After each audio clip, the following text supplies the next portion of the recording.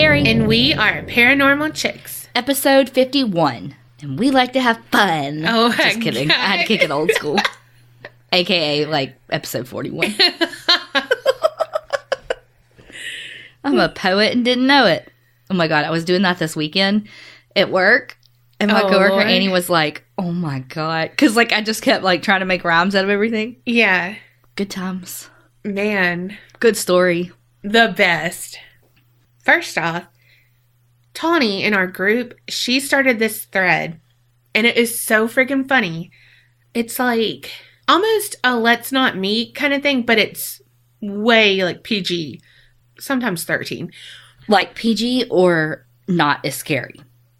Like PG as in you could have been murdered, but not, and it doesn't have to be like impending doom. It could have been like, how the fuck did I not get something? Okay. Yeah. So I thought that would be a good thing to do at the end of this episode. We're going to tell you a story each. Cool. I'm down. Okay. Because, I mean, obviously we didn't die. Oh, God. Hopefully we didn't. Right? You never know. Changeling. Oh, damn. Mm-hmm. The TV show that I was thinking about was The Alienist. Yeah. I mean, I say that like I don't know. But yeah, I saw people tell you in the group. Yes. Thank y'all so much because I was at a loss. I got to go rewatch everything because apparently I don't remember all of it. And I didn't finish it, so. I don't even remember us talking about it. Oh, shit. Okay. You know what else? What? New Patreoners. Some of our new Patreoners include Lacey K from California, who upped her monthly patronage. When you said that, it sounded like up all night. Yes. Okay. Kelly M from rural Wyoming. Is she really from rural? No. Just Wyoming. And she got, okay. Kristen H from Texas. Brandy B from Texas. Why you sound like it's a question? They're neighbors? Samantha C. from Tennessee. Ooh. Rhyming. You're a poet and you didn't know it. I rhyme all the time. One more huge thing. Cricket? No. Okay. So you remember how last episode we hit 50 episodes? Mm-hmm. We broke 100,000 downloads. Yep. Well, this episode, we reached our second Patreon goal. Woohoo! So, thank you, everybody.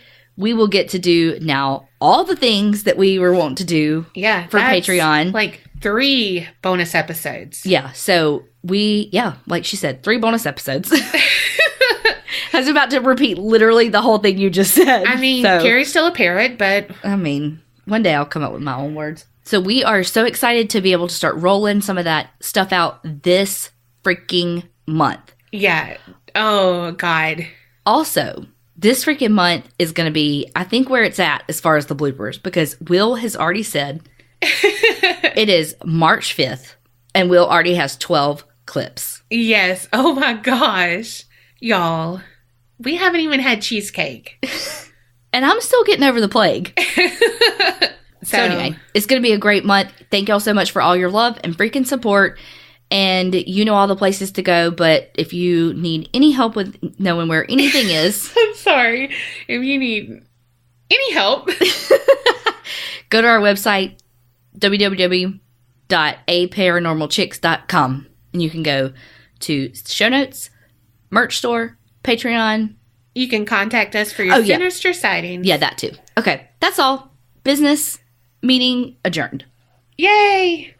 The story that I'm doing today is one that I've heard of and gets on my nerves, but it's worth telling. Oh, fuck. Not in the way that you get your blood boiling. Okay. But I will say, back in October, Wynema emailed us and was like, you need to do this story. And I was like, I know I do. So I'm doing it. Oh, shit. Pins and needles over here. Tell me. Okay. Have you ever heard of the Weepy Voice Killer? I have heard of it. As in, I know. It's a thing? Yeah, but I know nothing of it. other than he's got a voice and it sounds weepy. Okay. Or it could be a girl. I don't know. Oh, true. A couple of different podcasts have done stories on this. Like, I know Case File did it. Wine and Crime did it. I think Sword and Scale did it. My Favorite Murder may have done it. Lots of them. Okay. So you've all I'm the sure, podcasts. Yeah. All the podcasts you listen to have done it. And now us. Or Kerri. Okay. So there's a guy. His name is Paul Michael Stefani. Stefani. So he was born and raised in Austin, Minnesota. He was one of 10 kids. He was born in his family was very, very religious. There's not a whole lot about childhood, though. It was pretty normal. He got married to a girl named Beverly Leiter, and they had one daughter. Don't know her name. Don't know none of that. Shit. Don't know nern. At one point, he was arrested and convicted of aggravated assault, but there's not a whole lot really known about that. So, picture it. New Year's Eve, 1980. There was a young girl named Karen Potak, and she went to university in Minnesota, but she was in St. Paul, Minnesota, to hang out with her sister, do all the New Year's shindigs that one does when they're young. Get a New Year's kiss? I mean. So Karen was at the party, living her best life, and was like, I'm kind of over this party, though. I'm gonna go. So she leaves the party and is walking just around the city by herself. To Taco Bell? I mean. Oh, is that or Waffle House. Oh, Waffle House. When you're drunk? Uh-huh. Okay. One time, I was drunk at Waffle House, and if you can imagine me lit, just imagine it. And big girl wanted some food, and apparently I just really needed toast. And someone told me, Tiffany was like, you need toast because you need to suck up all the alcohol. Yeah. And I was like, where's my toast? And they're like slammed. And I'm like, I just want my toast. Oh, God. I was like, oh, cringe. Okay. Like, cringe. One of my favorite stories about one of my friends, my friend Sheila, we had gone out. I drove. Did I drive? Needless to say, I wasn't as drunk. Because she's like you. She could drink half of a drink and be fucking lit. Yeah. Anyway, so we get back to my house, and I had no food because who keeps food in their house? Not me. And she's like, I want a sandwich. Can I have a sandwich? And I was like, no, I don't have any bread. So I'm out of bread. Yeah. She's like, okay, then can I have some toast?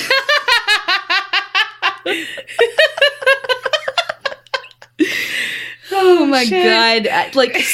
We still talk about that. How funny it is that she was so shit. Okay, anyway. Oh, all right, sorry. Back to the story. Tangent time. Waffle House. Carbs. So, it's after midnight. She's over the party, so she decides to leave. She's walking around the city. She's drunk, but she also doesn't have a coat. And it's Minnesota, New Year's Eve. So it's fucking cold. So, a guy pulls up and is like, hello, it's fucking cold. Why don't you have a jacket on? Come get in my car and warm up. Yeah. And she's like, oh, well, that's awfully chivalrous of this guy, Yeah. Let me just jump right in. A stranger's car.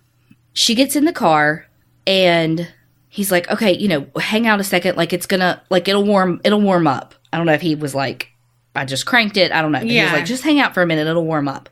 While she's in the car warming up, the guy that was driving, we're in the driver's seat, pulls out a tire iron. What? And starts beating her with it. Are you fucking kidding me? No. So, beat her so much. She had, a cracked skull. I think she was hit with the tire iron, 10 times. No joke, 10 times. Wait? So, he takes her body and he dumps it. Well, I don't understand, people. Why kill her if you're going to just dump her body? So, 3 hours after that happened, the police get a call. It's from this guy that's weeping, bawling, losing his fucking mind. You're joking, but yes. And he's like, there's a girl hurt over by the Malberg Manufacturing Company. which was like a machine shop area. And so police go there and they find Karen's body completely naked in a snowbank, like near these railroad tracks. And she's, severely beaten, cracked skull, all of that, and is still alive. Yes! But also, if she's naked, I know why he did what he did, probably. I don't know, though, but probably. Yeah. So the police take her, ambulance, whatever, take her to the hospital, and she survives, but because of the brain injury that she sustained when he hit her in the head with a skull, she has no memory of it. So it's a blessing in that she doesn't remember her attack, but she doesn't remember her attack, and so who the fuck did it? Yeah. I thought you were going to say she was like brain dead or something, so that is so much better. Yes. Yeah. Whew. All right. Now we're going to flash forward, like right at 6 months. And this is June 3rd, 1981. So this is like almost 6 months to the day. Okay. There's a young girl. She's 18. Her name's Kimberly Compton. And she is from a really small town in Minnesota, like 1,000. Yeah. Almost said members. It's a cult. No. She's from a really small town in Minnesota.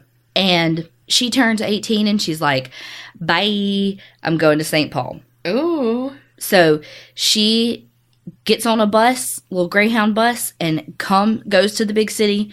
And as soon as she gets off the bus, she goes and gets her little locker, number 750, gets her little locker, puts her bags in there, and is like, I'm fucking starving. Now I got to get some food. Waffle House. Close. There's a diner across the street named Mickey's Diner. And so she goes in. They got a special going on that night, barbecue beef and fries. So that's what she orders. Damn, that sounds good.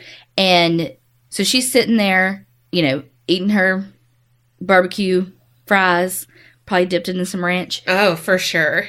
And there's a guy at the diner that notices that she's alone, and he's like, hey, how's it going? Blah, blah. And she's like, good, I just got here to St. Paul. Like, I'm super excited. Moving here, 18, allegedly. I don't know if she said all that. But, they have small talk, and she's like, new to the area, like, don't know where anything is. Right. Like, I don't know what I'm doing, and I don't know anything about the city kind of thing. And he's like, I'll show you around. Like, I've lived here, blah, blah. Let me show you the city. And she's like, hell yeah. So she gets in the car with him, and they leave the diner. Though, after you eat barbecue beef, I would not be going anywhere. But to the bathroom? Mm-hmm. They're like, we need to wait here 30 minutes, okay? Mm-hmm. Okay. Not long after that, the police get another weepy call. And the person says, God damn, will y'all find me? I just stabbed somebody with an ice pick. I can't stop myself. I keep killing somebody. Police found Kimberly Compton's body. I want to say maybe some, I don't know, a hiker, a jogger, I don't know, whatever those active people are that usually find bodies. Maybe some kids played in the wood. I can't remember exactly. Yeah. But found her body. She had been stabbed 61 times. What the fuck? With an ice pick. And so when they found the body, though, there was no identification on it. But what they did find was a locker key from the Greyhound bus place. So they go over there, open the locker, get all of her stuff. And so they figure out who she is. Well, and then based on her autopsy, they found the undigested food. Okay. And so they knew, like, okay, well, there's this diner across the street. Yeah. She must have eaten there. So they were kind of able to put the pieces of her movements together based on what was in her food. Okay, that's the special they had last night. You got me on that one because I thought, oh, she survived because how would we know her food? Well, okay, forensic files. So they ask the waitress and everything. They're like, do you know who she left with? Yada, yada, yada. And they're like, no. We have no idea.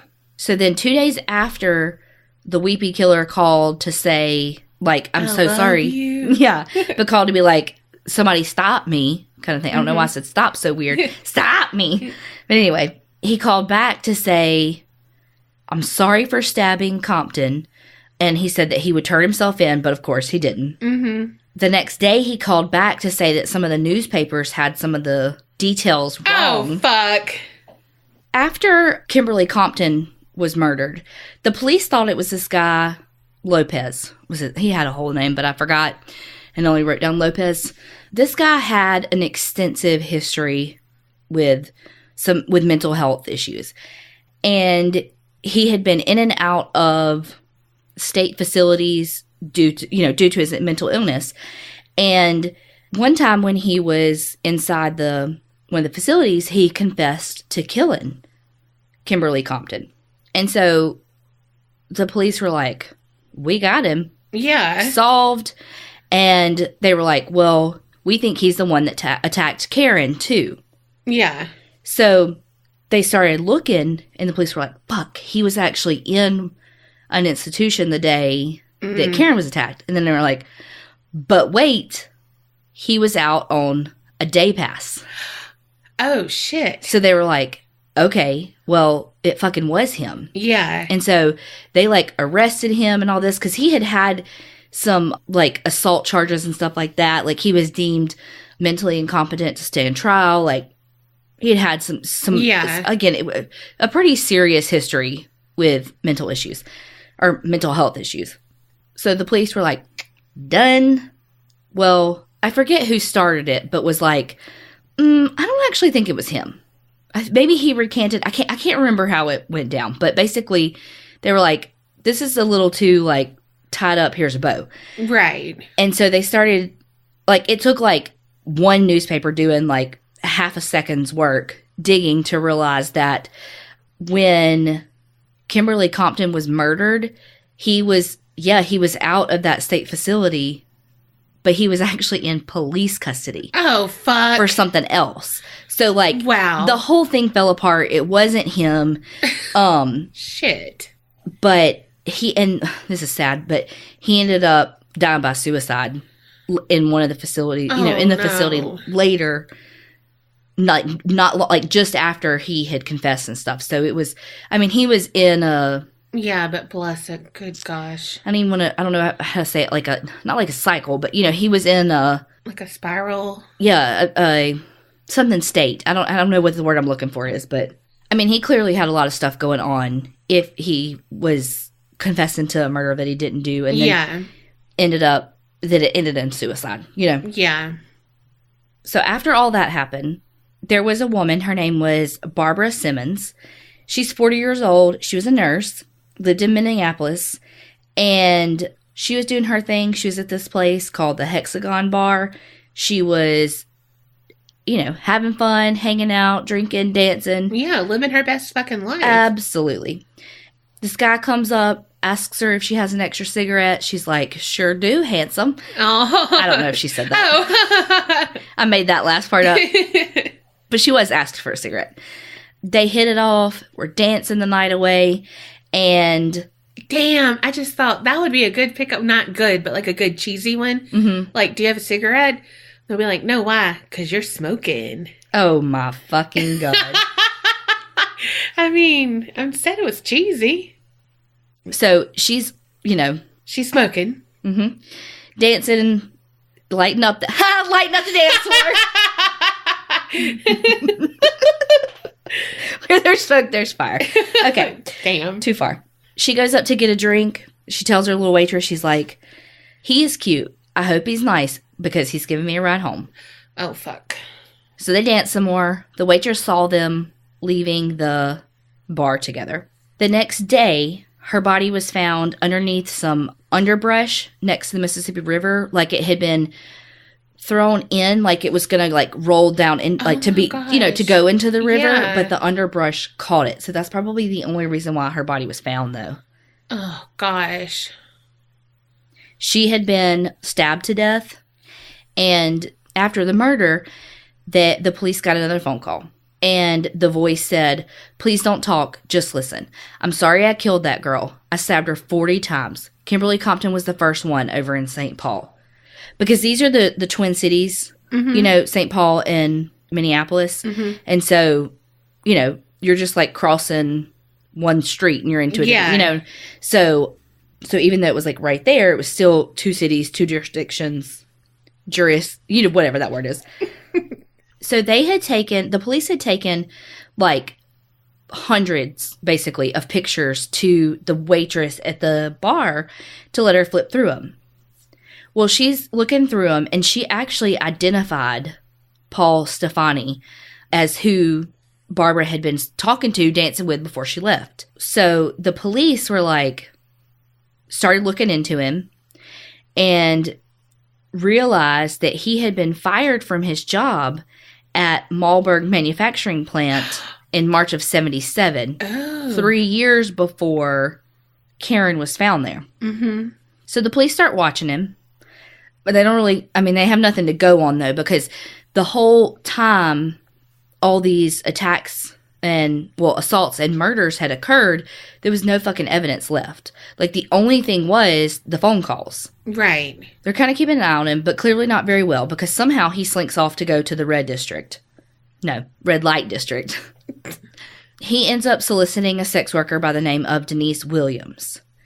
I know someone with that name, so it was just... There's also another murderer. There's a murderer named Denise Williams, too, because when I was looking her up, like, specifically to find a little bit more out about her, it was taking me to this other murder. Oh, my gosh. Mm-hmm. So this is August 20th of 1982. So this has been, over a year. He goes up to Denise and offers her $100 to have some fun. So she's 19 at the time. She's been working as a sex worker since she's 13. Oh, gosh. So she gets into his car and they go to his apartment. He gave her $40 and he was like, okay, I'll promise I'll give you the $60 later. And so they engaged in their sex act. Mm-hmm. And she was like, shit, what the hell else is he going to make me do? He didn't even have the full 100. Like, what else is he going to make me do? But to her surprise, he was like, okay, I'll give you your ride back to your street. And so she was like, well, okay. Right. Thanks. Well, when they're heading back, instead of getting on the freeway, he starts taking, like, side streets and back roads and all the things. While they're in the car, he's talking about all of his sexual fantasies. Like, she gives a damn. She doesn't. Right. But whatever. It's all about him. Mm-hmm. Also, that has to be one of the scariest moments of, wait, that's my exit. Mm-hmm. Like, where are we going? I know. Oh, gosh. Well, and it's like, if you can, at that point, like, open the door, even if you're on the freeway. Maybe not 80 miles an hour on the freeway, right. But even if you're on a side street going 40 miles an hour or something, if there's a place and you can open the door and jump out, do it. Because whatever injury you sustain from that jump is a whole lot better than death or rape or all of that, Yeah, for sure. So Denise starts getting, like, kind of the heebie-jeebies. She's like, something's not right. Like, he's talking about all these fantasies now and not going, she's like, she lived there a long time. She knows these streets. Exactly. And so she asked where they were going, and he told her the street where she was before. And he goes another couple of blocks and then quickly, like, turns into a dead-end parking lot. And when he stops the car, he looks at Denise and says, ass, grass, or gas. You pick. No one rides for free. So, like, he was saying, like, pick one for the ride. What were the options? Ass, grass, or gas. Gas. Okay.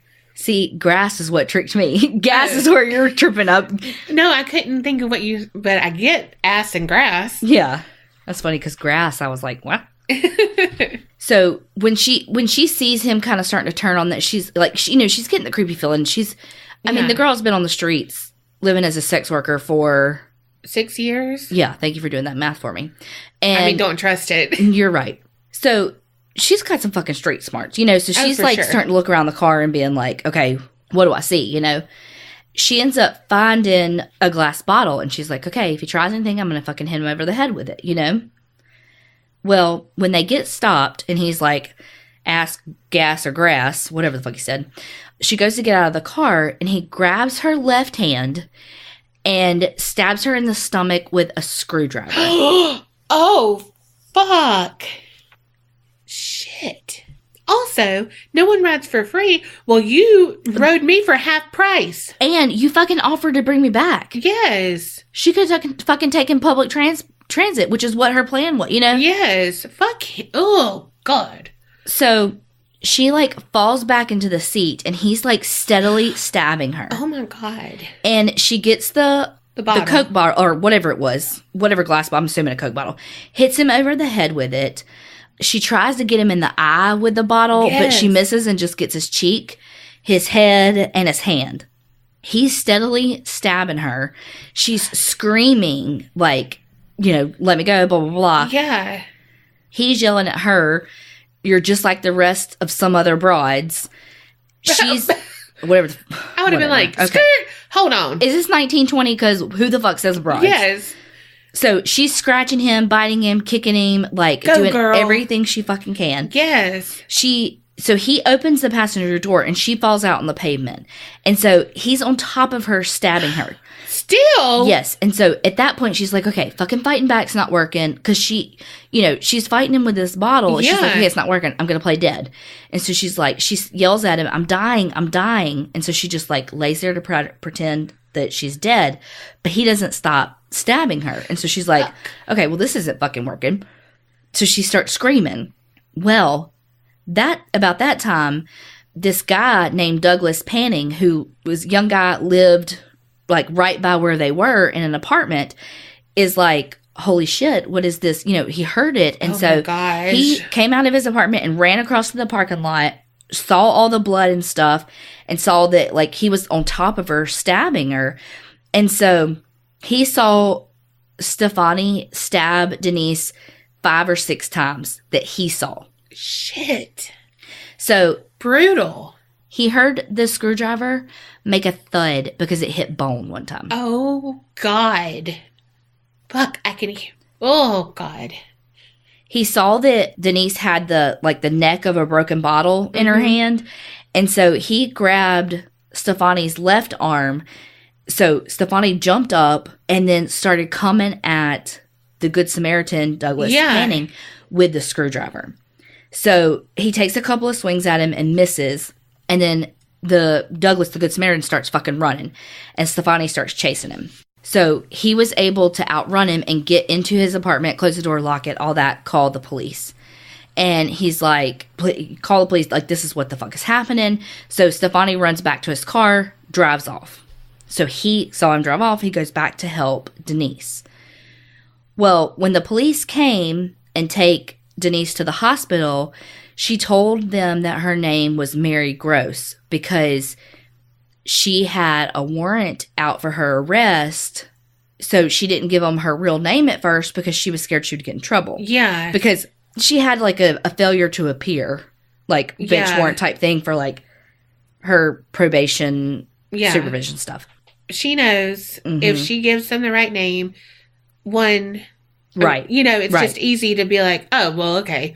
Right. You know. Well, and then two, when they asked, like, who was this guy kind of thing, how all this happened, she just told him that she had been hitchhiking to go to this party on White Bear Lake and that he had picked her up because she didn't want, and she said too, like, he started making advances, I didn't let him, and that's when he started stabbing. But because she didn't want to tell him that she was a sex worker because she thought that it's 1982. It's well, and it's 1982, so that shit would go down now, much fucking less 1982, when they probably called her a whore to her face, the police. You know what I mean? Because, again, it was just such a different time. And even now, we still fuck up, you know? Yeah. No, Denise is fucking awesome. Well, so when they took her to the hospital, she had 15 puncture wounds. Oh my God, from a screwdriver. It was a Phillips head screwdriver. Fuck. So the injuries were her lower right chest, upper right abdomen, right side of her head. One wound punctured her lung, another her liver. But because it was just like those puncture type wounds, there wasn't a whole lot of bleeding, you know? Yeah. Well, in the meantime, Stefani gets back home. And he's a puss in boots. And so he's like, I'm bleeding, calls an ambulance. And is like, I'm bleeding, I got beat up, like, come help me. Was he crying on this one too? Probably. To be honest, it's so obnoxious I quit listening. Oh, shit. Like, could not. So anyway, so when Stefani calls to say, send me the ambulance, they're like, skirt. I recognize this voice. Oh, fuck. So when he gets to the hospital, obviously it doesn't take a rocket scientist to be able to put the pieces together. Like, this motherfucker, same voice, he has these injuries. They're like exactly what Denise's injuries, like, you know what I mean? Yeah. It coincides with their tussle. So after the police put all that stuff together, he is arrested and goes to trial for the murder of Barbara Simmons and the attempted murder of Denise Williams. His ex-wife, his sister, and a woman that lived with him, so I'm guessing girlfriend, I don't know, all testified to that being his voice on the calls. There's some with the case about, like, some kind of interesting forensics of like voice identification and yada yada yada about the callers, but whatever. So he was sentenced to 40 years in prison. But they also knew, though, that he had killed Kimberly Compton, because if he's the one making those calls, well, he said on the call that he killed her. And he also, on the call, said that he had attacked Karen. But because he had already been sentenced to 40 years, prosecutors were like, we're not going to, I hate to say waste, but not going to use taxpayer money to convict him when he's already, he's been convicted, probably not getting out. So, of course, the family is like, well, shit, like he's, not getting, they didn't get the closure that they wanted. Well, in 1997, while he was in jail, or in prison, he was diagnosed with skin cancer and was told that he had less than a year to live. And so he decided to confess to everything to give the families some peace. He was trying to make amends before he died. Yeah. Hey, I'm all for that then. Oh, yeah, absolutely. So he confessed to beating and attacking Karen Potak in 1980, stabbing and killing Kimberly Compton in 81, drowning Kathleen Greening in 1982, stabbing and killing Barbara Simmons in 1982, and stabbing Denise Williams in 1982. Well, police were like, who the fuck is Kathleen Greening? I was like, wait, why do I not know this? Yeah. So Kathleen Greening was actually his victim in between Kimberly Compton and Barbara Simmons. Ooh. But he never made the phone call about her. He couldn't call someone who cared. So he never called about her. So, and the MO is so different that they didn't even know that he was associated with this. So Kathleen, well, when he confessed to all of these, because there was some audio I listened to with him confessing to killing Kathleen, and of course he's just very like cold, and it sounds like he's telling you what he ate for lunch, and he's telling you how he killed this woman, but we don't know how they knew each other.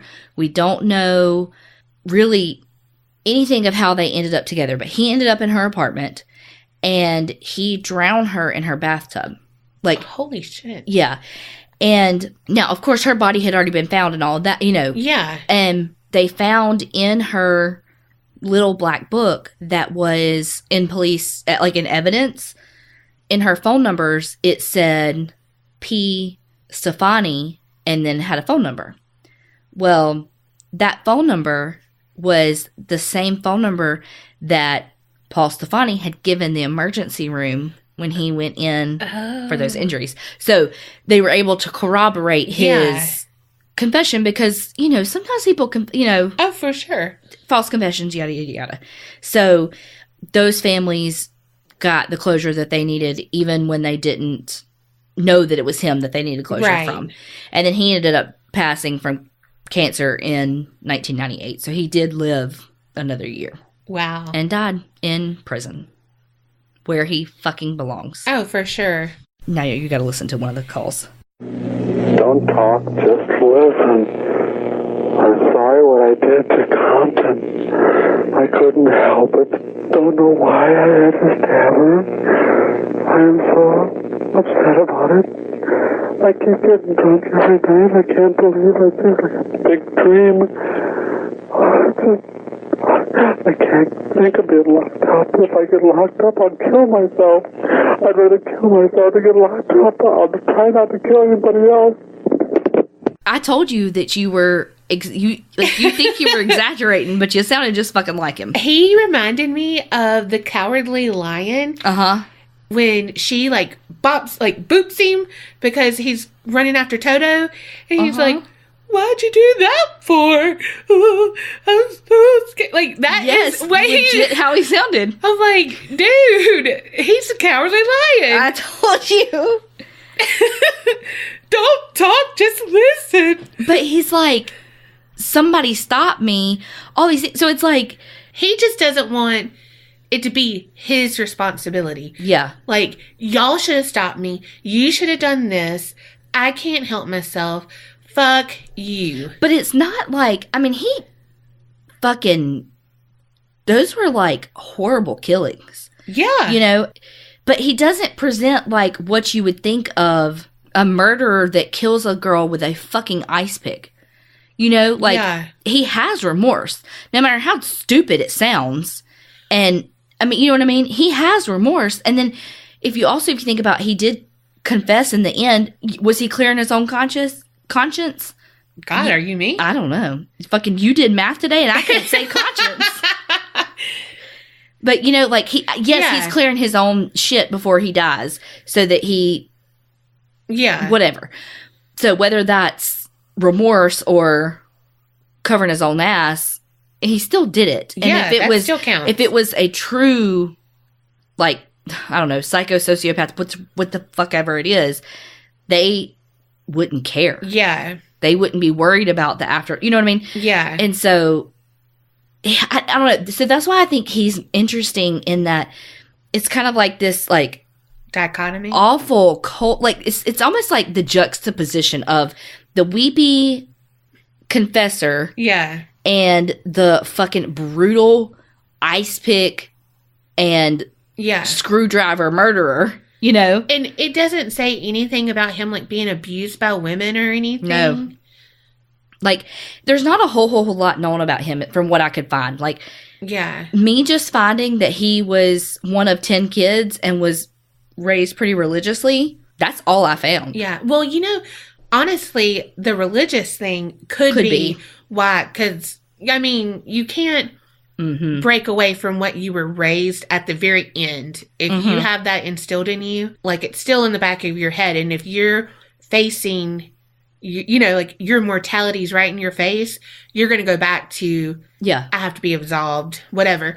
But it's just how he does it. Like, it's like something switches in him and he's brutal. And then it goes back to, like, he couldn't control himself. And so that's why. And so it just, like, if someone even not physically abused him, but, like, verbally abused him or something. Made him feel small. Yeah. And so, like, something clicks. And then he goes crazy. And then he reverts back to the one who was abused. The victim. Yeah. He's the aggressor, but then reverts back to the victim. Yeah. I don't know.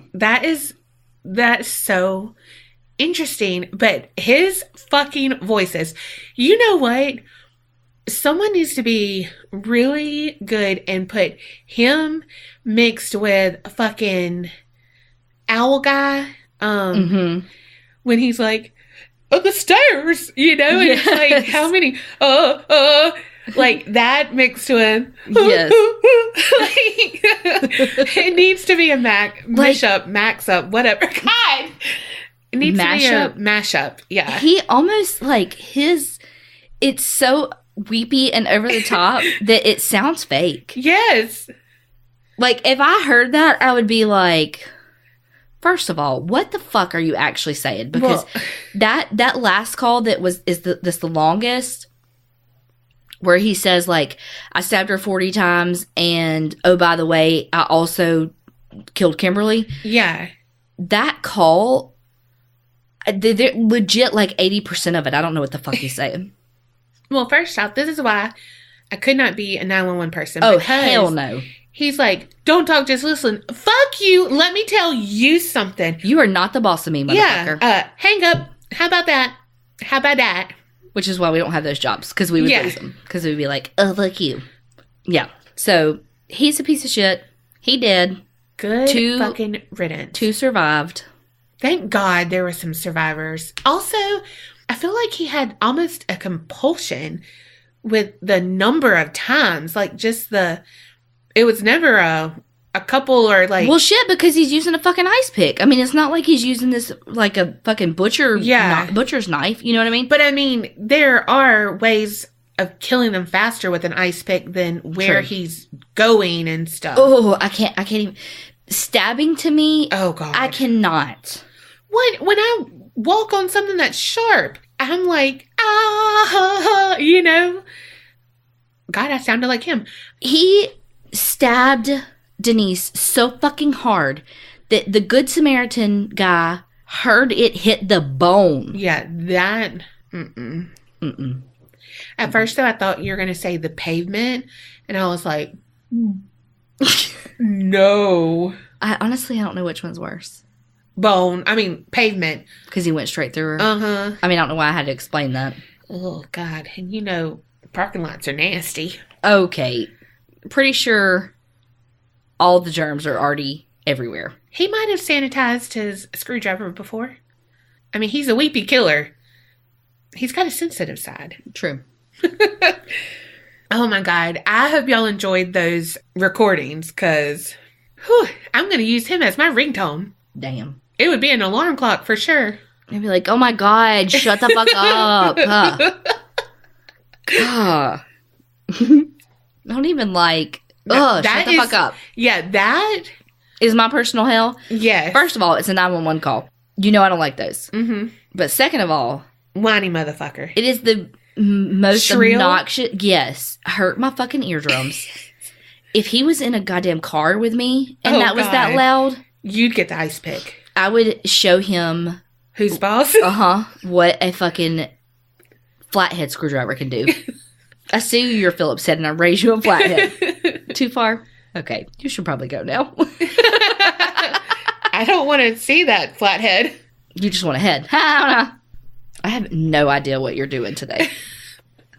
Like, I like when... I mean, not that I ever know, but there's sometimes where I'm just like, no, I really have no fucking idea. Yeah. And this is one of those times. Well, because I said I was kind of going into your pond again. Oh, yeah. I forgot. All right. Picture it. December 24th, 1945, Fayetteville, West Virginia. Why did we both do, like, holiday things? When you said New Year's Eve, I was like, what the fuck? That's funny.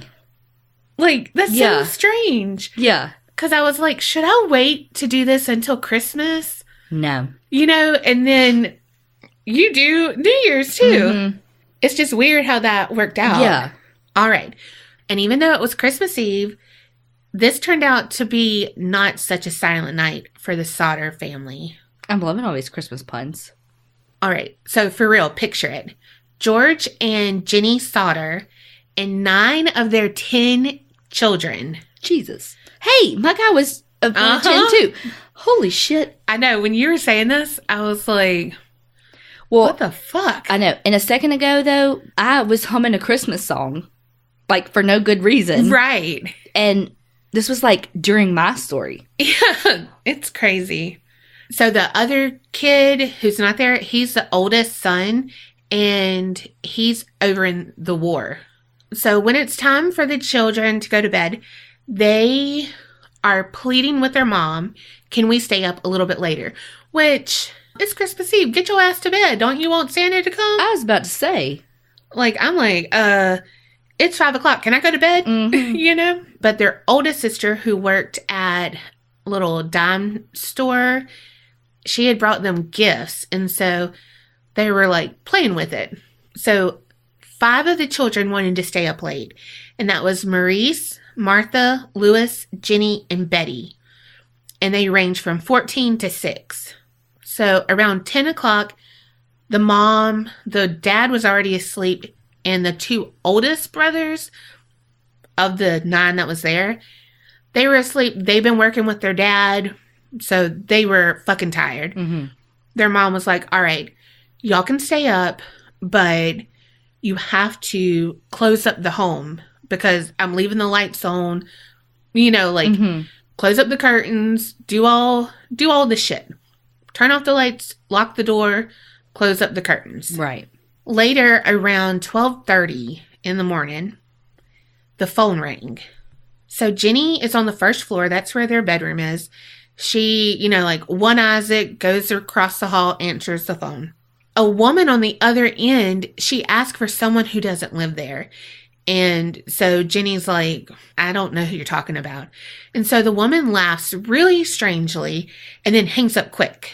But on the other end of it, Jenny kind of hears like talking in the background and like, it's just like a fucking party or something. So she's like, it's Christmas Eve. Like, people are probably partying. It's a prank call. Yeah. Like, all right, let's go back to bed. So she's about to go back to sleep because, again, sleep is important. Mm-hmm. She's like, wait, all the lights are still on. The curtains are still open. Goes over to the door. It's still unlocked. So she's like, these motherfucking kids. Mm-hmm. Like, what the fuck? You know? She locks the door, closes the curtains, turns off the lights, and she notices that Marion, the oldest sister, is laying on the couch asleep. So she sees Marion asleep, like, all right, she must have fallen asleep down here. They went up, like, all's well, going back to bed.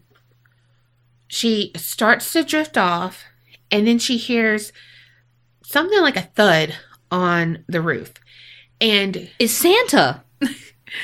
And she's, again, on the first floor, so it's a lighter thing, but I mean, you can hear. Mm-hmm. And it's a small town. Mm-hmm. It's quiet. Yeah. So, I mean, I know I can hear a fucking acorn sometimes of, you know, shit, and you're like, what the fuck was that? So, yeah, she hears it land on the roof, and then it rolls down. Okay? Is this the beginning to the Santa Claus? Is Tim Allen going to become Santa Claus? Actually, yes. So she's like, okay, I don't really know what that is, but maybe it's like, you know, I mean, a fucking acorn. I was going to say. You know, whatever. I mean, you're out in the country. Right. You know, like could be 10,000 things. Right. So she's like, look, tomorrow is going to be a fucking hell. Well, this morning is going to be hellacious. Going to bed. She starts drifting off again. And this is around 1:30. And she smells smoke. And so she shook George awake, ran to the door of the bedroom, and the hallway is filled with smoke. Flames are covering the stairway leading up to the rooms upstairs where the kids were. So they shout up there like, come on down. You're the next contestant. No, you know, come on. Hurry up. Yeah. Yeah. Well, Jenny, George, and 4 of their children escaped, but the other 5 were never seen again. Maurice, Martha, Louis, Jenny, and Betty, all the ones who stayed up late. Well, George, he's like, fuck, I got to go back in there. You know, head count, it's not all my fucking clan. So he breaks a window. So he slices his arm in the process, but he goes inside. Then he's like, I can't fucking see because there's so much smoke and so much fire. And now it's in all of the downstairs. So he's like, fuck. All right, let me think about this. 2-year-old Sylvia, she slept in the room with us. She's outside. Marion was on the couch. She's outside. John and George Jr., they were upstairs and they fled down. Like, so that must mean the other kids, because the ones who stayed up late, they were supposed to be in the attic. Like, it's upstairs, but, you know, whatever. So he's like, fuck. They are probably up there. And they were younger. Like, they're by their bed, freaked out. All I can picture is hovering, you know, like, crouched down, freaked out. And so he's like, fuck it. I got to get out of here. I got to go up to the second floor. Can't go through the stairs, but I have a ladder. Yeah. So he goes over to where the ladder usually is, propped up against the house. It's not there. So he's like, all right, fuck. That's weird. But I have 2 coal trucks because he owned like a coal business. He's like, I can move one of those, Climb get up on it, yeah. and get up to the thing. Tries one, doesn't start. He's like, all right, tries number 2, won't start. And he just drove them yesterday. Yeah. So he's like, fuck, I don't know what to do. Like, there's nothing I can do. So in a last ditch effort, he's like, hey, we have some rain barrels. I can at least get it to where I can get to them. Well, he goes over there. It's all frozen solid. Oh, my God. Yeah, and it's freezing. So, I mean, of course it'd be frozen, but it's like... It's just like one thing after another. Yes. It's like all these roadblocks. And all George, Jenny, and the 4 kids could do is watch the fire burn. And the fire was so brutal. The house was basically ash in under an hour. Damn. So all that was left was like burnt wood and the basement. Marianne sprinted to the neighbor's home because they have to call the fire department. But the neighbor couldn't get a response. And so... To the fire department? And so another neighbor who saw the fire made a call. They were in a nearby tavern, is what it said. The fire department was? No, this neighbor Okay. saw a fucking fire. And Yeah. was like, ooh, let me call the fire department. No operator. Nothing. What? So that neighbor was like, what the fuck? I'm going to drive up there and see what's going in. What's going in? You auto-corrected yourself? Oh, shit. What's going on? Well, they had to track down the fire chief, F.J. Morris, and this is their fire alarm, okay? Like, there's no, like, release the hounds. He goes, beep, boop, boop, boop, boop, boop, boop. A fucking phone tree. Okay, well, first of all, you sounded like Nationwide when you did that. You know I love Nationwide. Not sponsored, and I don't even have them for insurance, so... A phone tree? A fucking phone tree. So... Hey, there's a fire. Yep.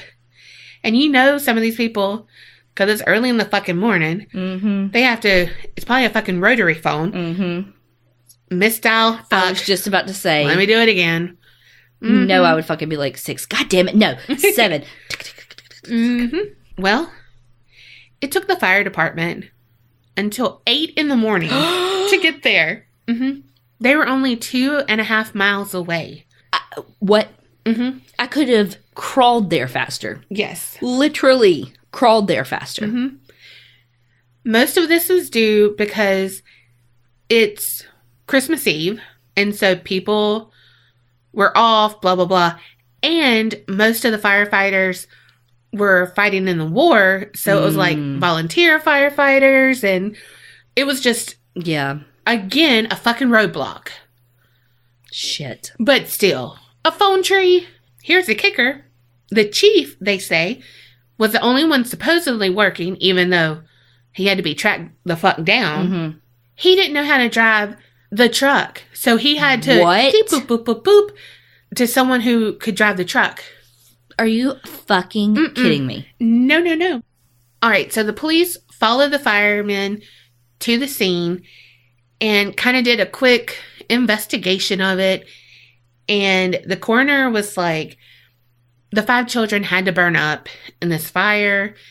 And the fire chief was like, it had to be caused by faulty wiring, you know? Well, George was like, I don't think so. Because when they were running out, they didn't have electricity? The Christmas lights were still on. And he was saying if it was a faulty wire, all the lights would have been off. Because it would have then sparked and the lights would have went off. Yeah. And whatever. But while they're watching their fucking house burn, Then the lights went off. So he's like, I don't know about that. Also, he had some rewiring done recently and like had it inspected. So he was like, I feel like unless he was a shoddy repairman, right? He told me it was okay. All right, so they had like not court, but like this is what I think caused the fire. And there was like a jury that had to, that's what we think it was. Well, one of the people on the jury had a previous run-in with George, and it was kind of suspicious. He was a life insurance salesman and, knocking door to door and shit. Well, he became annoyed when George was like, look, I don't want your fucking insurance. He was like, this house will go up in smoke and your children are going to be destroyed. What? Yeah.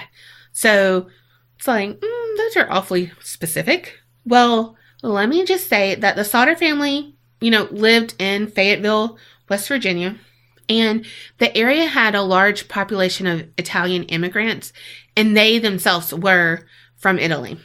But George never really said what happened to make him leave Italy, because they didn't come over together. He came over when he was younger and stuff. Okay. And so it's like his past was kind of shady, it felt like. Anyway, so people had their suspicions about him as a person, but he had made himself like a prominent, wealthy man. So, you can't really say a whole lot about him because, he's well-to-do. But he did make enemies because he was very outspoken against Mussolini at the time. Mainly because, well, I don't know. I don't know George. But because his eldest son was over there fighting for America, versus Mussolini. So, of course, he's going to be like, fuck him, because they're shooting at his son. Right. Well, since there was a lot of Italian people up in here, they were like, fuck you for not liking Mussolini. And like, how can you forget your heritage and all this shit? All right. So right now it's still kind of shady. Like, could have been someone else. George had enemies. This life insurance guy basically made threats that came true. He foreshadowed the foreskin. Yes. And so they were like, we just don't believe our kids died in this fire. One main thing is that no human remains were found. And even in a fucking crematorium, there's some bones left. Yeah. Yeah. Which is why you have to have fucking paper to say, here lies the remains of Patty Elwin, and we didn't kill someone and put them in a box. Right. Which is so crazy.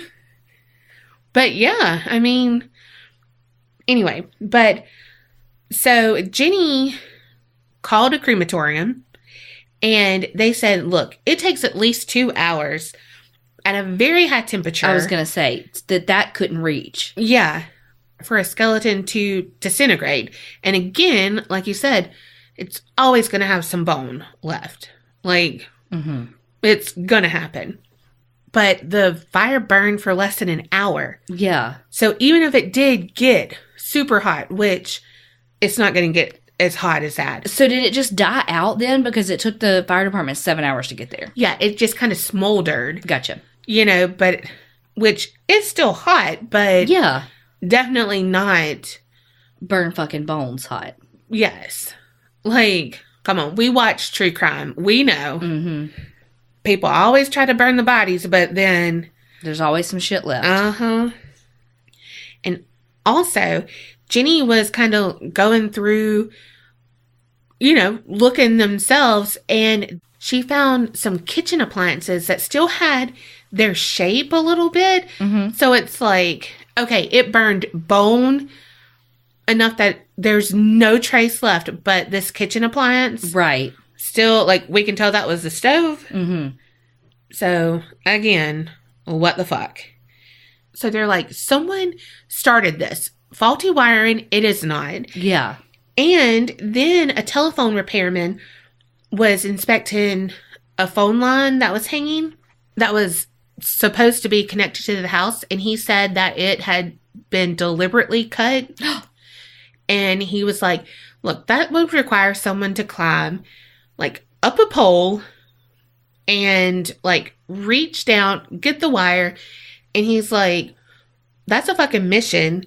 So it was premeditated of, this is how we're going to do it. Yeah. Blah, blah, blah, blah, blah. Also, the missing ladder was found thrown in a ditch pretty close to the house. And it's like, why would they throw it in the ditch? And it usually is leaning against the house. Because they use it to climb up the telephone pole. Damn, I didn't put that together. Well, the case started gaining more media attention, and a bus driver was like, look, I passed that house, and I saw a group of people throwing balls of fire at the house. What? Mm-hmm. And Jenny was like... That's what I heard on the roof. Yeah, I heard something, you know. And as the snow melted, it was now spring, 2-year-old Sylvia was playing in the yard, and she found a hard green rubber ball.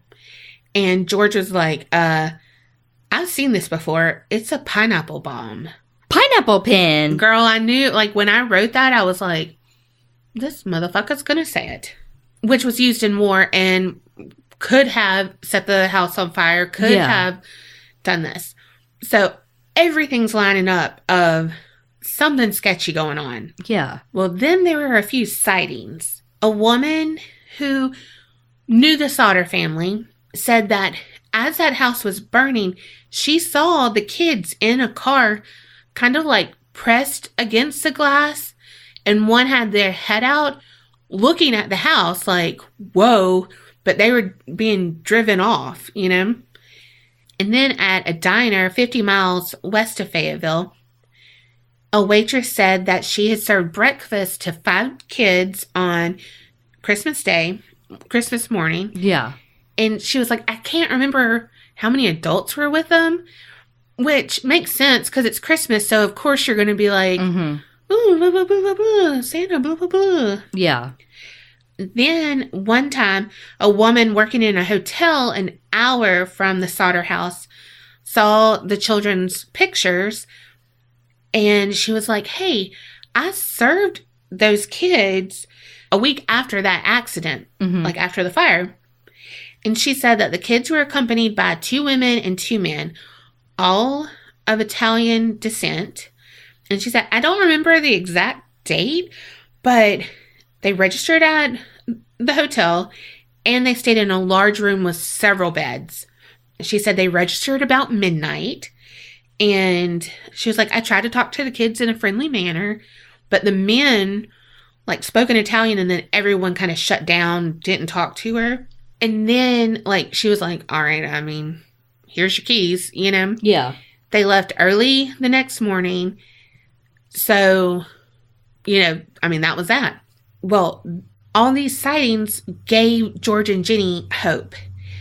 And they're like, all right, we're going to make sure, like, let's do our own analysis. Let's just make sure the kids couldn't have burned up. Like, you know, just, I mean, I can't even imagine. No, I know. Well, Jenny, this was so weird, but she burned chicken bones in an oven to see if they would be completely destroyed. Nothing. They were still intact. And then George heard of another house that had burned down, and they had skeletons found. So, like, yeah, the bodies were still there. So George and Jenny were like, let's go to the police, and we're going to demand that they investigate this further. But the police refused and was like, no crime's been committed. Faulty wiring, I'm sorry, but case closed.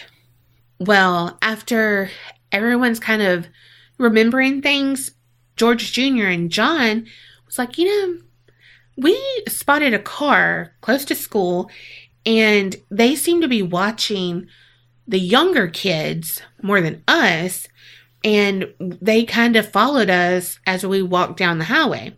And so George was like, okay, I bet it's the Italian mafia or something, which he had a shady past that he was hush-hush about. So, like, if he says it's the mafia, it's like, oh shit, you probably were in the mafia or something. Yeah. You know, like, oh my God.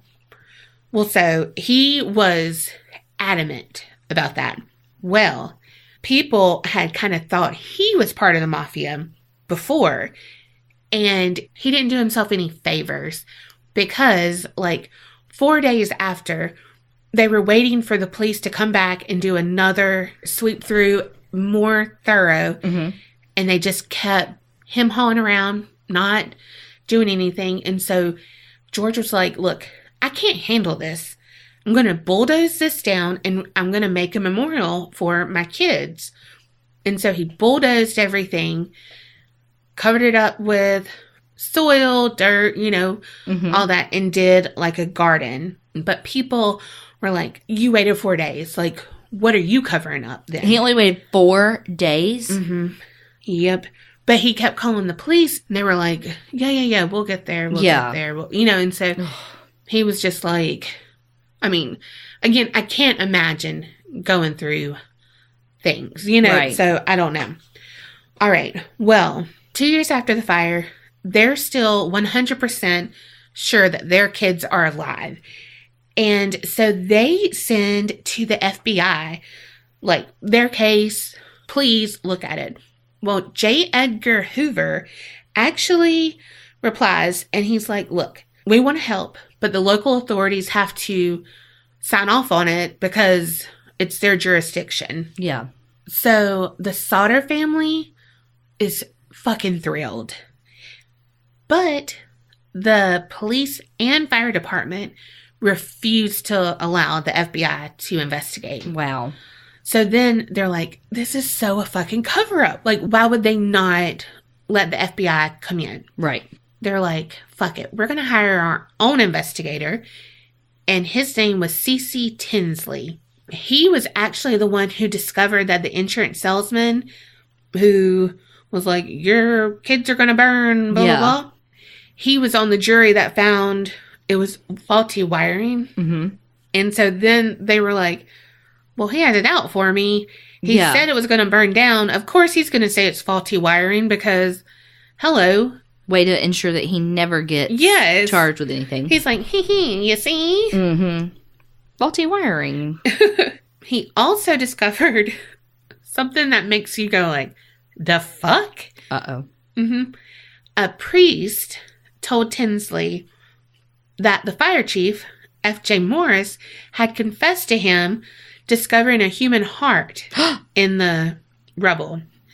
Tinsley talks to F.J. Morris, and he makes him lead him to where he buried the heart, because he said he found it in a metal box and put it at the scene, like put it in a metal box. And sure enough, it's where he said it was going to be. Why would a priest have been the one that told? Yes. And also, bone burned up, but a heart was good? Hold on. That'll make no damn sense. Turned out that the heart was actually beef liver. Oh, shit. And it wasn't charred, so it wasn't in the fire at all. Oh, God. So Tinsley's like, what? And F.J. Morris is like, look, I put it there because I wanted the family to find it when they're going through things, and then they would know, like, their kids died, and they would stop all this shit. One, though, why would you put it in a metal box? And two, you have one heart of 5 that didn't make it. Yes. So it was, again, like, what? All right. So fast forward to 1949, and this is now 4 years after the fire. They hired a pathologist from Washington and ordered more forensic excavation of the area. And he found several small shards of human vertebrae And the bones were sent to the Smithsonian Institute. Damn. And they said, yes, it's 4 lumbar vertebrae, and it belonged to one person. However, the transverse recesses or whatever refused. And that means that the body would have belonged to someone between 17 and 22. Okay. And the oldest one was like 14. So they said it shows too much skeletal maturation that you could have for like a 14-year-old boy would not have. Right. And they also noted that the bones did not look like they had any char on them or anything. Yeah.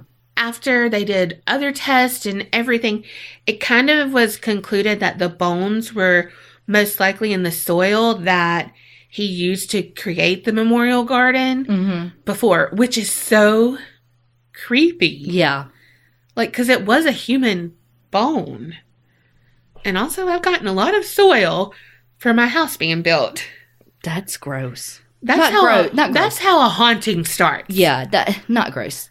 And I'm not talking about your soul. I'm talking about the story. It's like, what? Yeah. Also, though, it's like, if that's true, shit. If they found that and they're like, hey, did you bury a body here? Right. No, randomly it was put there. I just bought soil. Well, George and Jenny would not quit. They put up a billboard near their former home on Route 16, which featured photos of the 5 children. And they announced a $5,000 reward for the safe return of their children. Because they're like, look, they're alive. And whatever we have to do, we want them. Yeah. And I think they also put kind of like, is this a cover up? Blah, blah, like all of their concerns on this billboard. Oh, shit. Must have been small font. It kind of like it went big. It was an eye chart. Okay. Well, time passed and nothing. George, Jenny, and their surviving children kept searching. Well, a Houston woman wrote to George and she said, look, a man I know, he got drunk one night and confessed that he was Louis Sodder, who was 9 at the time of the fire. He claimed that he was living there with his brother Maurice. And so George and his son-in-law Grover Paxton traveled to Texas and was like, we are going to find him. Then they could no longer find the woman who gave the tip. Well, local police recognized her descriptions and of the man she was talking about. And so they helped them locate the man. But he denied ever having that conversation and denied that he was Louis Sodder. Oh my God, Louis Sodder. Have I been saying Sodder this whole time? I don't think so. Okay. Another time, George saw a picture of a young ballet dancer from New York City, and she looked so much like Betty, one of the daughters.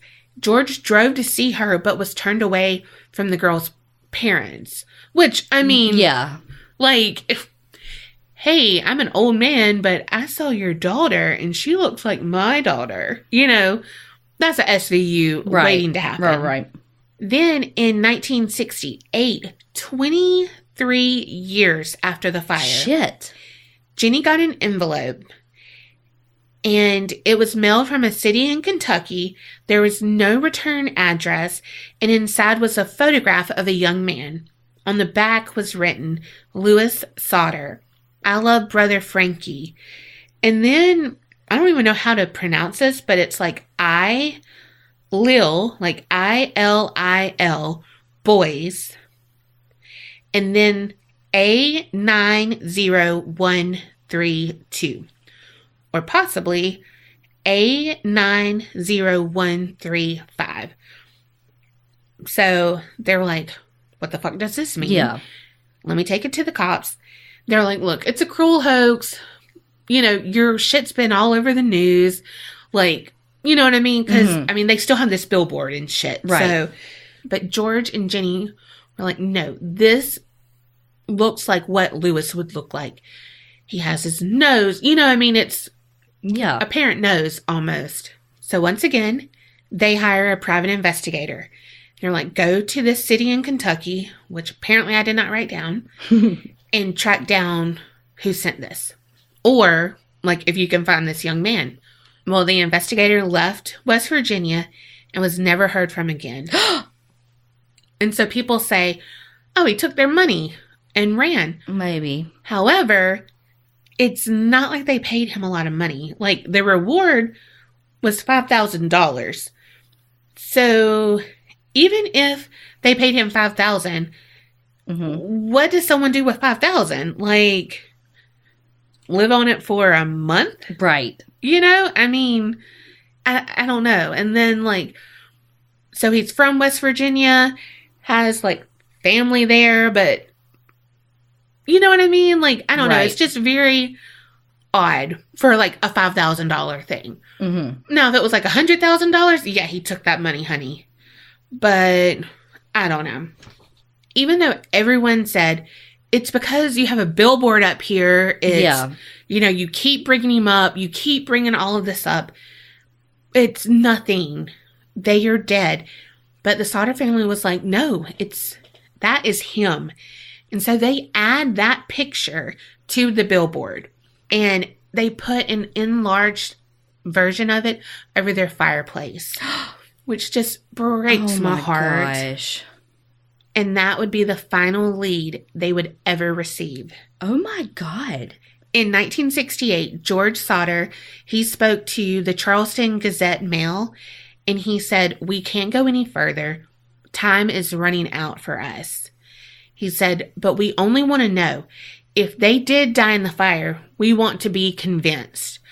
Otherwise, we want to know what happened to them. Yes. The following year, George died.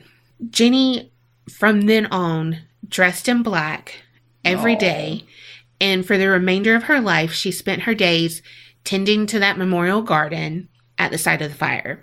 She died in 1989, and then the remaining Sodder children took down the billboard, and that was the last anyone saw of them. Holy shit. Well, I was on Reddit. Uh-oh. And someone had put that there was a more recent case where a house burned down and the mother couldn't get out her infant. Like, oh my gosh. And this happened in Philadelphia, Pennsylvania in 1997. Investigators were like, we've no remains. Yeah. And it's just been completely burned. I'm so sorry for your loss. Like, this little infant, like 10 days old. Oh, God. And the mother was like, no. Like, the baby was gone, or, like, I can't even remember, but, like, no.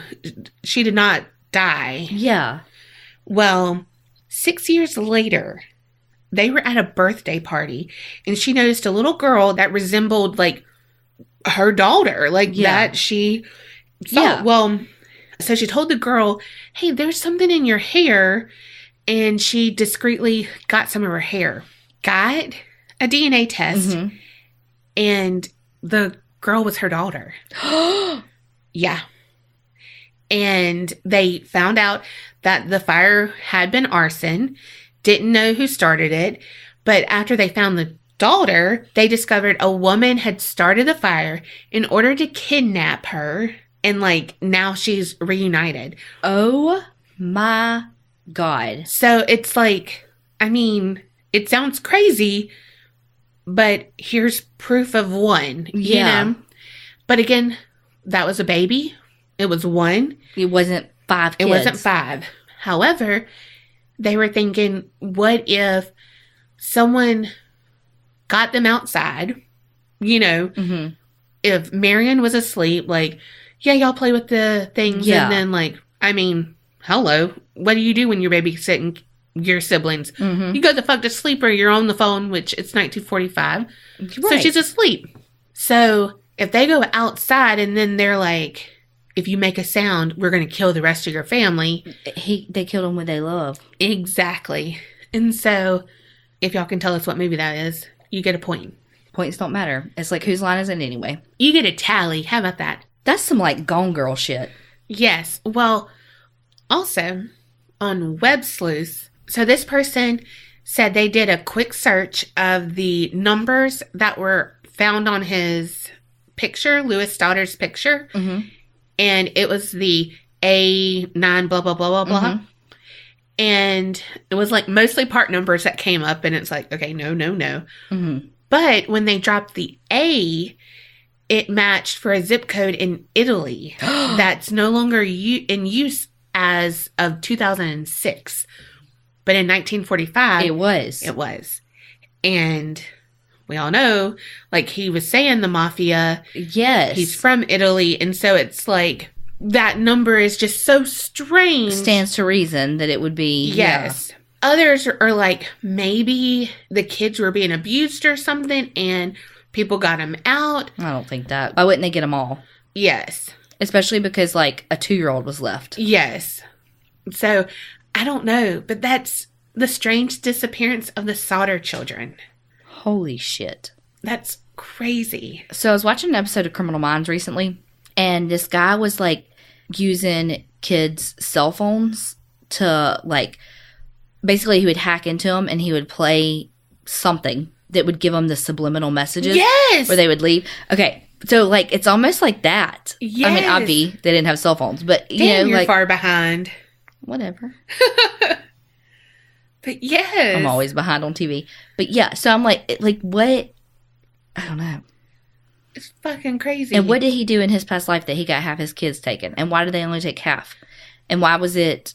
But it's like, if they're like, okay, we're going to go in and get them, but then it's like, oh shit. What if it was someone to rob him, or like, just say the life insurance guy, like, I'm going to show him I'll, like, steal something valuable. Well, the kids are still up. Yeah. Because all the kids are supposed to be in bed. It's fucking Christmas Eve. Mm-hmm, and they're still up. And what if they saw him or them? And so they're like, fuck, we got to get him. But then they can't kill him because they're criminals, but they have, a heart. Yeah. I mean, even the Grinch got a heart on Christmas. So it grew 4 times. So, but it's like, they were old enough. It's not like it was an infant. So she didn't know any better of, hey, this is my mom, Right. But what if they were in Italy? It's not Facebook era. Yeah. So they can't just be like, help. Yeah, like, my family's over here, Help, especially because they speak English. Right. I don't know, but I want to hear everyone's opinions. Yes, y'all tell us, send it in, or tell us on the Facebook group or whatever, but tell us what you think. And tell us what you think of, I'm so sorry. Oh my God. Weeping Willow. Oh my God, that was a good story. I like both of ours. Mm-hmm. I cannot get over that we both did winter time stories and like 2 winter holidays. Apparently we're on the same wavelength. I know. All right. The time you've all been waiting for. Dun, dun, dun, dun. Okay. The time I was almost murdered didn't actually happen. No. Mine's not really like, I guess, I don't really have like a close call or anything like that, but I have a growing up in late 80s, early 90s where you just kind of did, like, you went outside and played and rode your bike and all that. And you didn't come home till it was dark. Yeah. So my sister Casey and then our next door neighbor Shannon and I would go ride our bikes everywhere. And especially during like the summer, because Shannon's parents were teachers. So her parents were home. So she was home during the summer. And then we had Kelly who took care of us, but we would just go riding bikes. Like, we would cross the highway to go to the gas station to, like, get candy and stuff. Yeah. And Mom and Dad never knew we were crossing the highway. Yeah. Like, on our bikes, a main highway, anyway. Meanwhile, my mom was like, hey, when y'all go up to the store, get me blah, blah, blah. Yeah. And we were crossing, like, the main road in pedal, though. Yeah. Oh, Lord. But, so we should have gotten ran over. Yeah. But we also, like, knew, like, we would just, like, knock on people's doors and, like, chat with them. Oh, my God. There was this house that had, like, I guess you would call it, a playhouse, like, on the property. But it was, like, a 2-story, Oh, a she. But I don't think the first floor was anything. It may have just, you just had to climb up the steps to get to it. But anyway, it was like a playhouse thing. Mm-hmm. And so me and Casey and Shannon just were like, tick, tick, tick, tick, knocked on the door. What y'all doing with your playhouse? And I don't even remember if it was a man or a woman who answered, but they said, like, apparently their kid was, like, starting a band, and so they were going to practice out there. We were like, okay, if they don't want it, let us know. Well, I don't know. We were going to make our own playhouse. You were definitely looking for a yard sale. I mean, so that's really it. Like, we just, again, we knew everybody in the neighborhood. We would just, like, knock on fucking doors and be like, hey. No, that's definitely, you could have been murdered. Yeah, should have. Mm-hmm. Mm-hmm. Come on in, my precious. Yeah. Mm-hmm. Hey, we'll take you back there. Yeah. Yeah. Oh, my gosh. All right, what about you? Okay. Tiffany, get ready. Oh, shit. Telling all her shit. No. I'm telling her favorite story. No. Yes. Oh, shit. Tiffany loves this story. She would make Miss Patty tell this story all the fucking time. Yes. I need Tiffany here. Tiffany, fill in the blanks in the group. I'll fill in what I can. Okay. All right. We all know that I'm a mama's girl. And how it was, we were a lot of people in a fucking small house. It was my mom, my dad, who worked offshore, so he wasn't always there. My brother, my oldest sister, Lori, and her boyfriend, basically husband, Alan. All right, so a lot of people, but me and my brother stayed in one room because it was a 3-bedroom house. Yeah. Well, there was a double bed and a single bed. And my mama would have to do musical beds because my brother's like, sleep with me. And I'm like, no, sleep with me, you know? Mm-hmm. Imagine that. And my mom was like, go sleep in your fucking bed. Well, so I was dead asleep one night and I was on the single bed and I heard the door close. And in my state of mind, I guess, I woke up and I was devastated. Oh, sidebar, she was 4. I was 5. Okay, she was 5. Yeah. Like, barely 5. No front teeth. No front teeth. Yeah, that makes the story even better. But okay. So, I, like, freak out. My mama has left me without saying goodbye. Like, oh my gosh, my life is over. So, I, Fred Flintstone walk into the living room, unlock the door, and go out. I know that someone's gone because we have a top, like I don't know what kind of lock, like a... chain. Yeah, chain lock. Good God. And that's undone, and we always locked it. So I'm like, she left. So I go... You also heard a car crank. Oh, yeah. I guess that's where I'm like, oh, okay. Probably was like, oh, she's in the bathroom. Oh, fuck. Yeah, you heard the door, and then you heard the car crank. Okay, so I'm like, all right, my sister and my mom owned a store. Remember the one that sold dildos and woodwork? Mm-hmm. Both types of woodwork? Mm-hmm. And it was, how far is that? Like a block? 2 blocks? No, that's like a mile. Oh, well, all right, so picture this. It's early in the fucking morning. Like, still dark outside. Like 4 a.m. early. Yeah. I am in my New Kids on the Block t-shirt. That's all I have because it's like a long shirt. I think I had shoes. I don't know. I mean, now I'm like, oh God, that's probably why I'm like that. But I'll walk, and this is at the main fucking road in the town that we grew up in. Well, I walk down it. I get halfway there, and there's a church. Well, a cop pulls up. And I'm like, oh, fuck. You know? Like, and all I'm trying to do is get to my mama. And he is like, hey, where are you going? What are you doing? And I'm like, dibbly ear, diddables.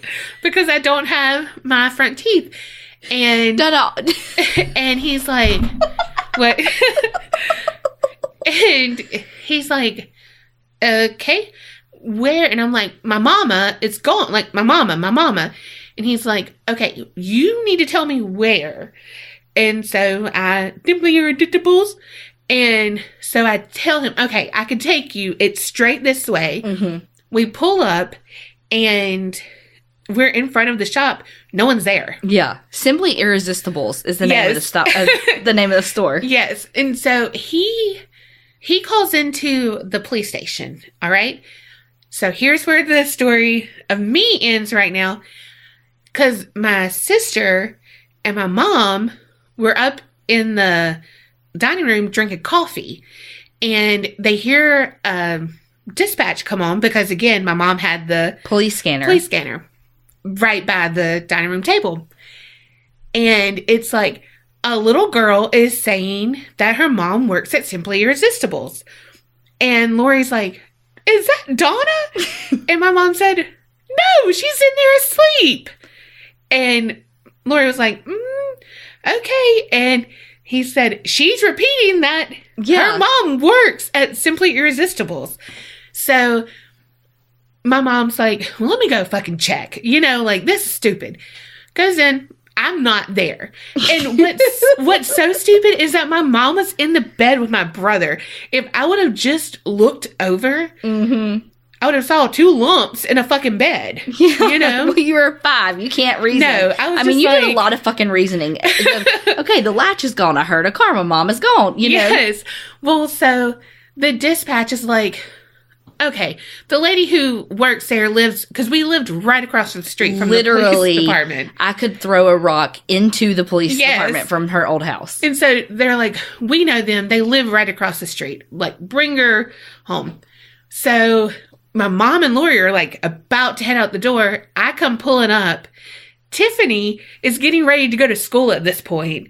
And she said she sees like a police car down at my house. And she's like, what the fuck? Because, I mean, they live 2 doors down. Yeah. So I am like bawling. Like, I thought you loved me. Yeah. No. But I got picked up by a fucking cop. And yeah, you got to ride in a police car. Yes. But I remember like being so nervous that like I was going to touch his gun. Really? Yes. I don't know why.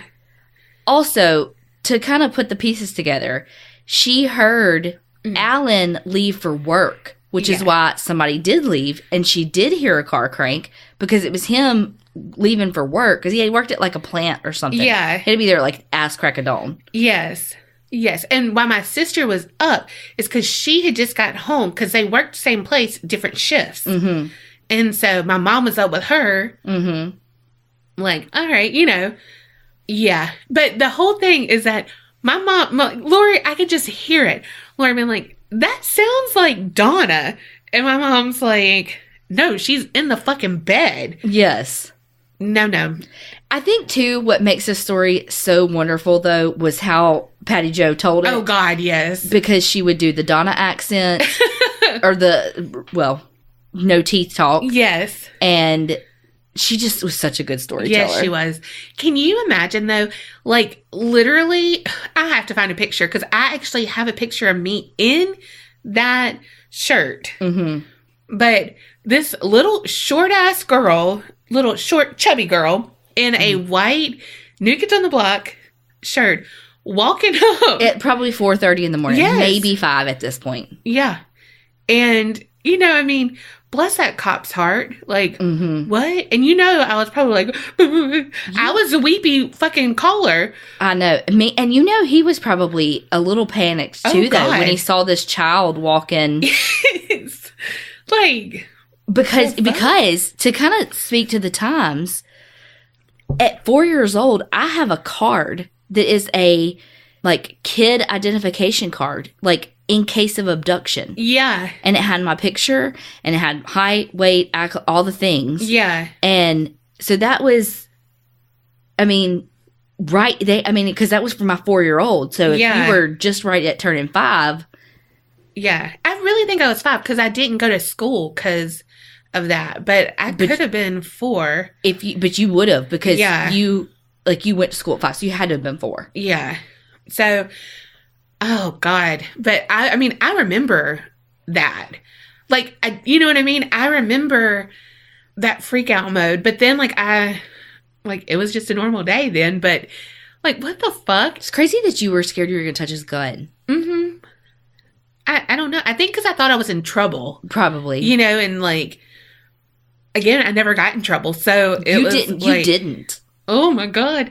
But yeah, can you believe that my mom would let me and Tiffany, not now, not at 4, but I mean, probably 5, go up to the corner store, or not the corner, Fred's. Mm-hmm. We'd go up to Fred's. Which is right next to Simply Irresistibles. Yeah, right next to there. But we'd go up there, get the $1 Wet n Wild polish and shit. Mm-hmm. Mm-hmm. But yeah, it's just so funny of that big thing. I guess because my mom knew, I was only looking for her. Yeah. It wasn't screw you guys. Yeah, you didn't, run away. Yeah. But, she's go ahead, play in the street, do whatever. But, well... Oh, shit. Hold on. Oh, sorry. I have another one real quick. Something I thought was creepy at the time, but, looking back on, Let's Not Meet, mm-hmm. there was this lady who, I don't know her, but she would ride on a bike in our neighborhood, and she would holler out at me every time, and she'd say, "Hey, little Donna." Every time she would pass, and Tiffany would be like, "What is that? Who is that?" And I'm like, "I don't know."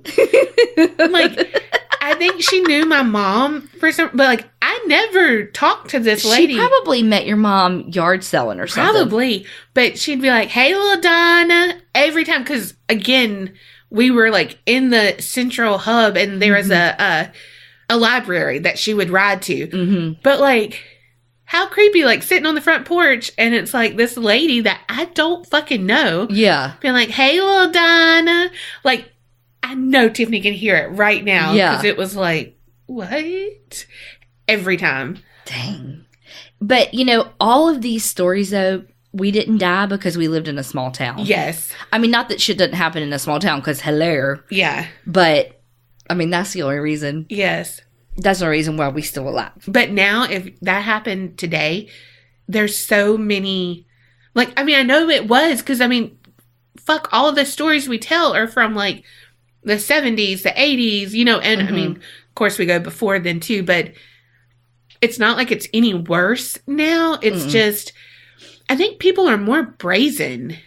Maybe. Well, and I think it's almost like that mob mentality where... You don't, you mind your own business, mm-hmm. Someone else will call about that. Yes. Yeah. That's so true. Ugh. But, yeah. Crazy. Hey, little Donna. All right, little Donna. Tipples. On that note, remember... Creep it real and don't get scared.